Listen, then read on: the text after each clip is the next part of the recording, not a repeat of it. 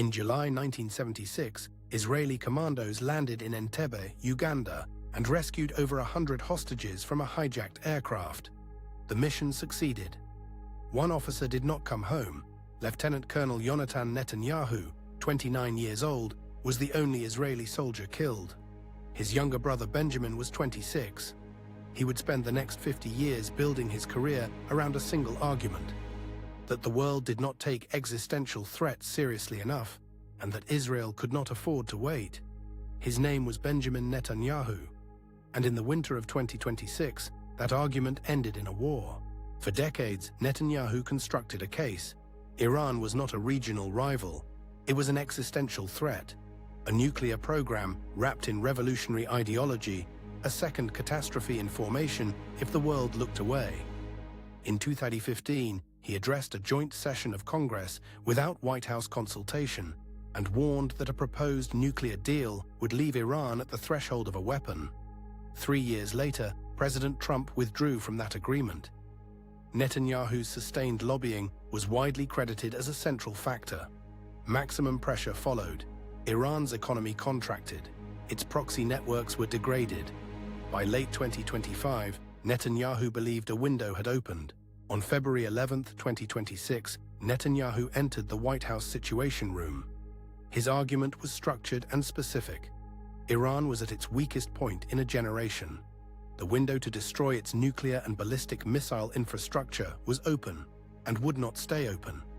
Multiple accounts described this meeting as the hinge. After it, planning for a joint operation accelerated.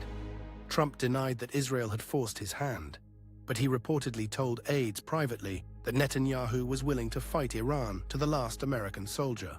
On February 28, 2026, the United States and Israel launched Operation Epic Fury.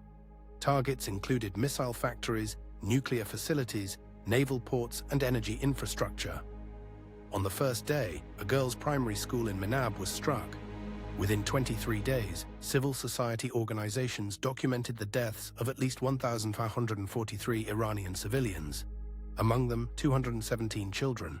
On April 21, 2026, a State Department memorandum was published.